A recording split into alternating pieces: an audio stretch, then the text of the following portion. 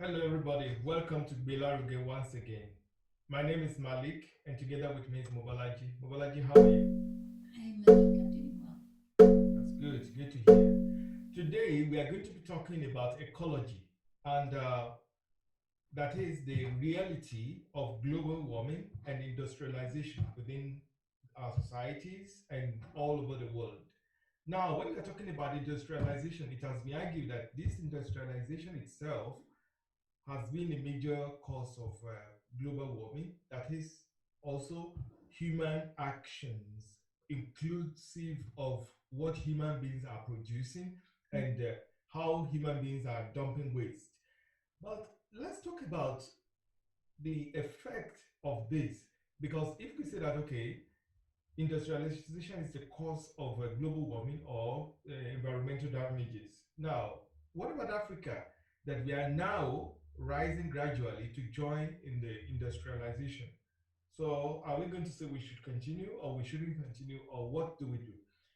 But before we go on, I would like to give an example of how our environment has been damaged and how our resources, our materials, or the human activities have affected the environment. And that is in some of the videos we see, or some of the um, things we see on social media, whereby we see dolphins or sea animals having plastic. They are choked with plastic, and sorry, they are choked with plastic. So it means that we are having problems, and it means that it's because of our activities. Yeah. But then, hmm what do I know? Balaji, what do you say about this? Uh, What? there's a lot to say about this issue. This is one I'm actually very passionate about because for me, the most important question is, what world are we leaving for our descendants? What kind of earth? Because earth is what nourishes us, earth is what houses us, earth is what we know. I know there's a lot of work that, Western, more, I guess what you call Western paradigms are thinking about, possibly even moving humanity to Mars. Okay, but since Mars is not a concrete alternative, we need to think about Earth. And so I love that you mentioned, the reality of looking in the waters and you're seeing animals. They're bringing out animals and they have, plastic in them. But even more on a more pragmatic level, if you are a person who doesn't give a damn about animals, the truth is water levels are rising. And water levels are rising in such a way that places like Manhattan, Venice, Lagos, so basically the big port cities that became the centers of global commerce in our particular time might be gone in about 50 years or so.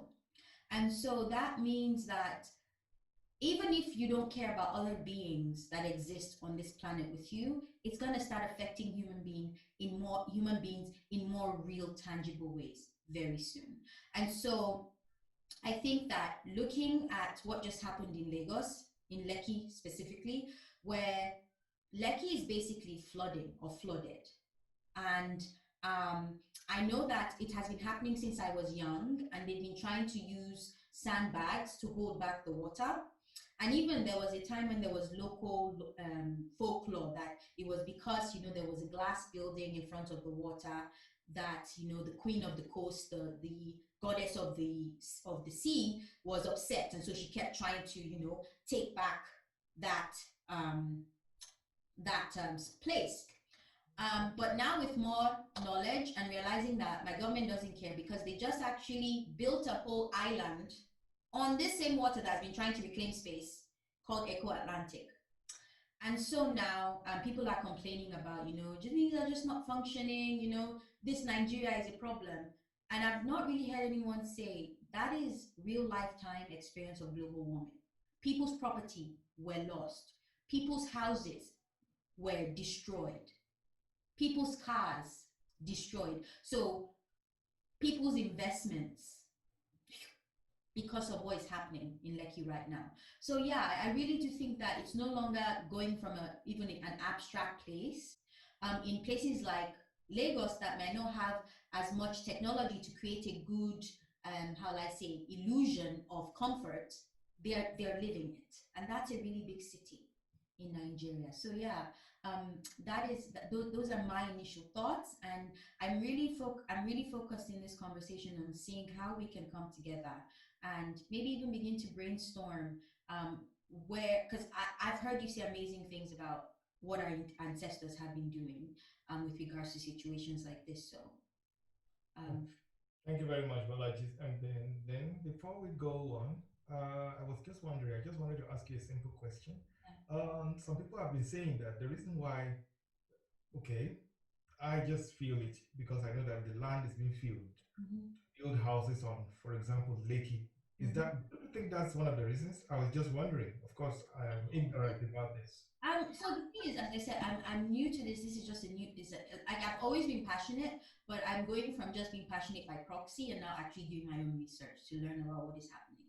And so I know that at least in places like Lekki, and actually I've heard with something that's happened all over the world. Humans have been reclaiming land.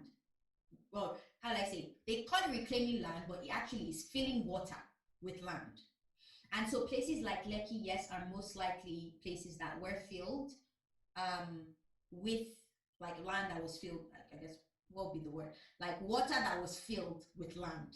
And so what they call the reclaimed land.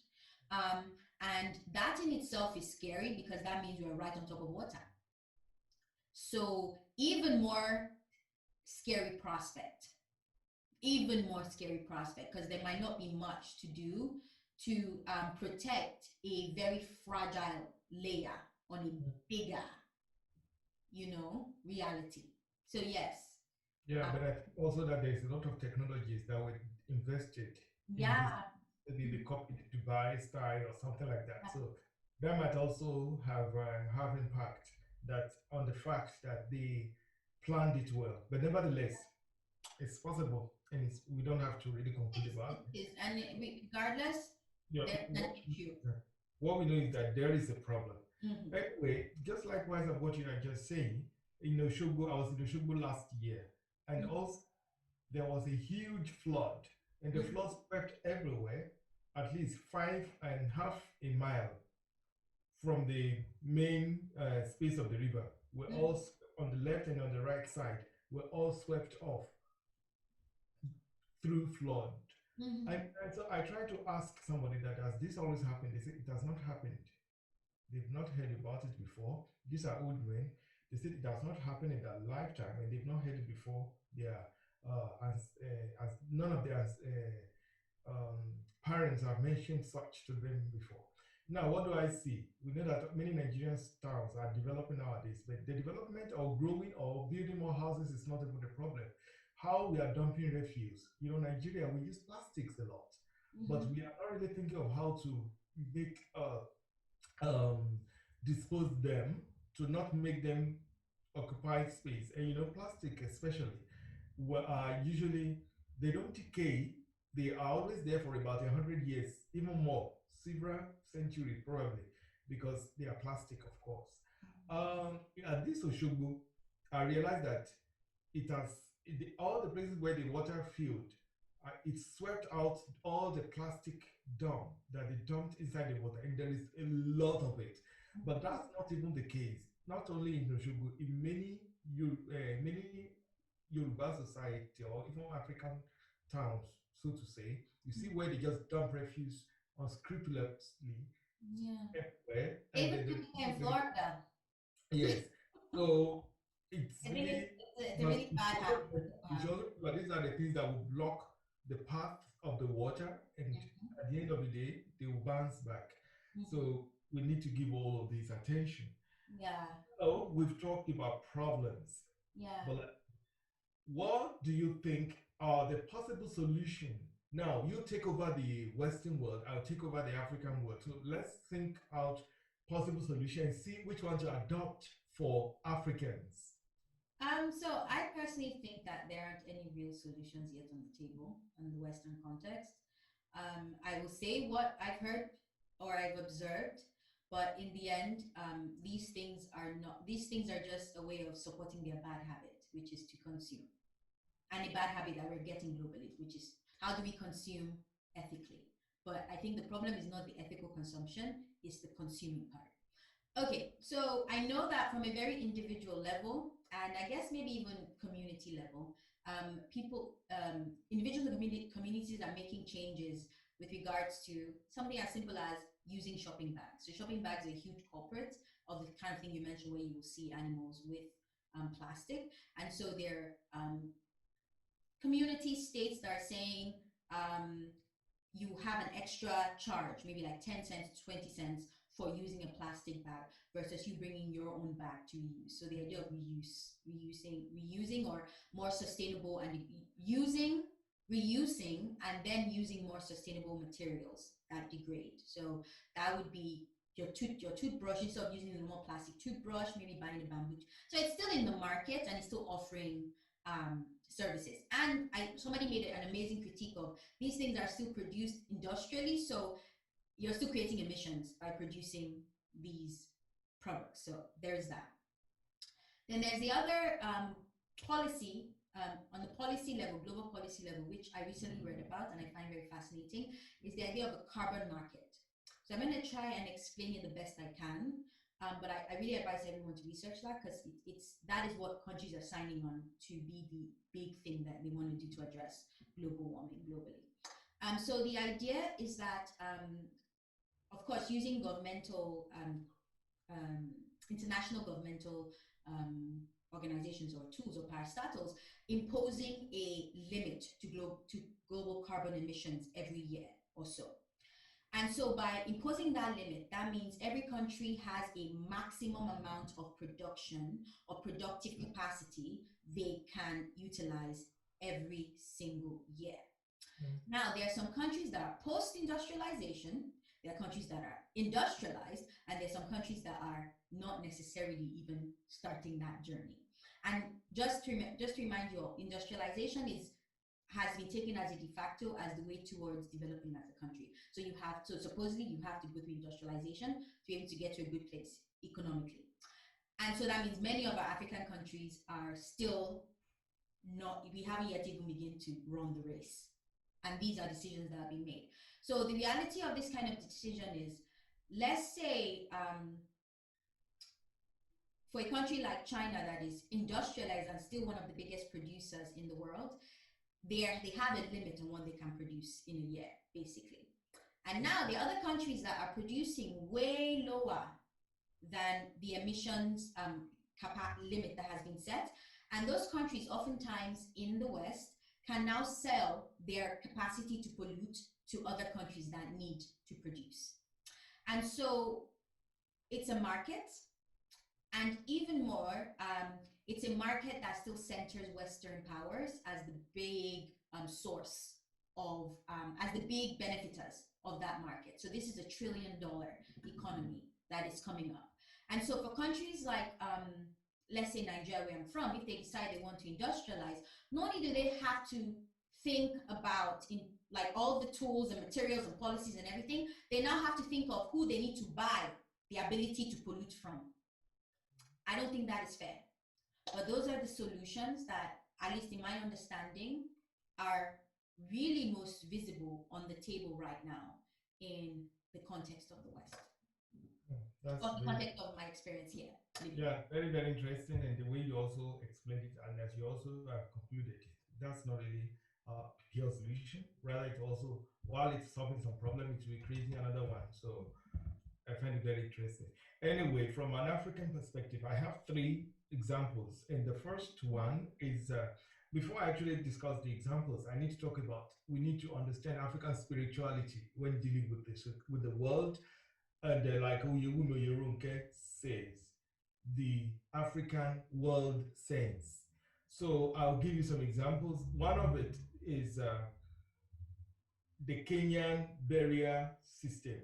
Mm-hmm. When somebody dies in a, it's not all Kenya, of course, it's an ethnic group.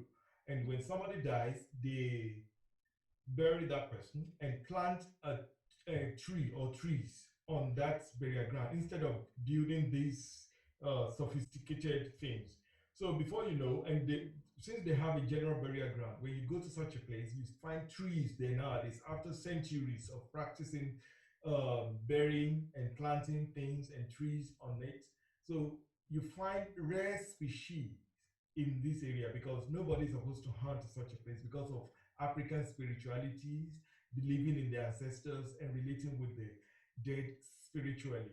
So nobody's supposed to cut the trees in this place. Nobody's supposed to hunt in this place. So you find this a kind of reserve or conservative center, so to say, or a kind of preservation in this area. Some Yoruba also practice these things whereby they plant trees because the Yoruba always buried their dead within their compound.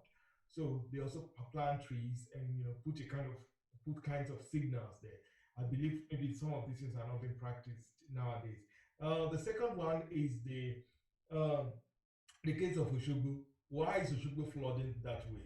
Because most people don't really believe in African norms, spirituality, in relating with the river, spirit of the river, or whatever you may call it. They don't believe in it. And but in the past, when it was religiously adherent to, you are not supposed to dump refuse in the river. And the Igbo society also have a kind of culture whereby you don't the river where you drink, you don't dump refuse in it, you don't use it anyhow. So where you will take shower will be different, and people don't actually dump refugees in those places. But the point here is that having a kind of concept that there is a spirit inside the river which you worship, and therefore you are supposed to respect the river. I think it is commendable, and it also preserves the environment. Imagine the whole of Oshun River that flows through most Yoruba societies or Yoruba settlements. Imagine it not people not dumping refuse inside them and keeping it clean. So that is also very interesting. A third example is the sacred places. The Yoruba call it Gbelargue or Igboro, whereby they believe they keep things and they also do special meetings and so on. So people say they do human sacrifices there, which is actually very funny because that's not actually the main purpose of an Igbo ballet. I made improper and appropriate investigation about it. So it's more or less secret places. But Mm. put all of these things together, people see it as idolatry. The one the Western world give to us that okay, you're not supposed to be believing in all these things, and we think we shouldn't believe in them, and we should move on. And we are now adopting styles and norms that are not actually friendly to our society, that are actually don't make any sense when you look at them. And you should also remember that the Western world we are imitating now, they have not been able to solve the problem of ecology, the Mm. problem of environmental uh, degradation. They've not been able to solve it. So how can you be? It's just like a blind man leading another blind man. So what do you do? We are now having problem now. So in Africa, we actually have double problem in this case because not only are we dumping ground in terms of having refugees coming from all over the world, where we don't even know how to preserve or how to dispose some of these refugees. So in conclusion, on this case, I would say we should adopt and try to reinvent some of the systems Mm-hmm. we've been practicing. It mustn't necessarily have anything to do with religion or what do you call it, but we should try to value and respect our environment and try to also question things that come to us every now and then, rather than just taking everything and thinking that since it comes from the West, it's nice. Yeah. It isn't, and they themselves know. In fact, I'm beginning to find out from my researches that some of the things that they are actually being brought to Africa now are things that they are not needed anymore. That was what happened during the time of Atlantic slave trade. Things that Africa already had. They stop us from producing them and they are giving them to us. And we are using them to destroy ourselves. Mm-hmm. So, and the same thing is happening to us again. Mm-hmm. So we need to be careful. Yeah. So I love that I love what you just laid out. I mean, it was so inspiring listening to it. And I want to start with kind of like reframing when you said the sentence, the blind leading the blind, because technically what you're saying is that we aren't blind. We are just being blindfolded. So it's Yes. the blind leading the blindfolded.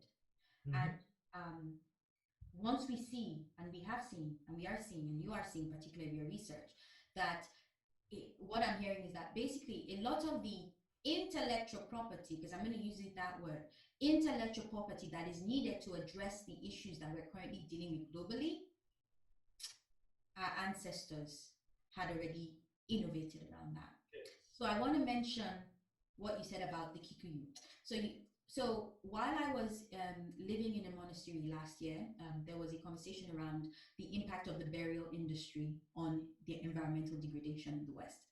And one of the solutions that an Italian company is making money off of is burying people as seeds to grow as trees.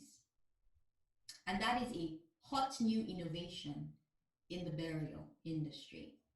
And so, one thing I want to then, why I say that is because that is a very clear industry that is coming up to me that Africa can be involved in. Instead of being recyclers, we can be the innovators to address these environmental degradations. We can be able to use what we've learned about packaging and branding and value creation, about product development. That is what is needed. We just need to know how to develop our knowledge as products, because that is who has the money now. That is who has access to capital. That is who is looked at, as the how will I say, the tradesperson of the world, the person who sells innovation.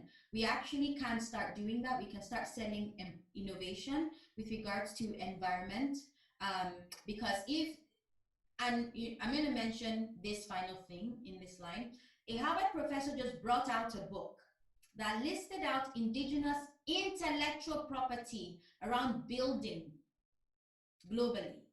So, right now, these professors, these architects don't need to pay for use of those intellectual property anymore. It's now public.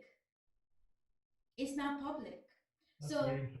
I'm telling you, see, intellectual property is what is most powerful because it's who owns the means of production, the means and the knowledge that, or the intellectual property that is foundation of production, is who raises any kind of income from that in the country where we are. And so now we've given indigenous communities across the world have given freely their intellectual property, where now a architect that went to Harvard can easily bring out your same intellectual property, but because they know how to protect it and market it and present it as a product, that's at least $1 billion that his prototype might make. So these are the things that we need to start thinking about.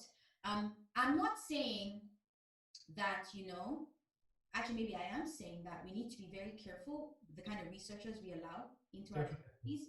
We need to now begin, having a whole parastatal that creates laws around what happens when researchers come. So when researchers come into our community, are there community members there who know about intellectual property that are there to help, interface what is being shared? What documents are being signed around these things? Because honestly, they are collecting the raw material, and that book is perfect example of them collecting raw material of intellectual property to now be transformed into marketable products that continue to fuel their societies. That's all I have to say.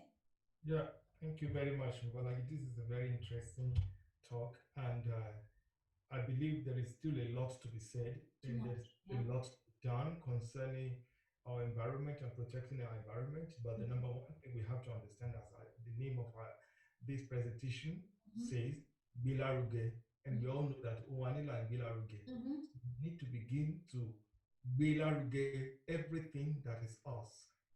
So we need to begin to promote them. We need to begin to develop them, and we need to begin to be more innovative about them. We need to be more consistent, and we need to crush any form of distraction Mm-hmm. that might disrupt our moving forward. We need to start stopping them now because Mm-hmm. time is running. Mm-hmm. Thank Yeah. you very Thank much. you. Thank you very much.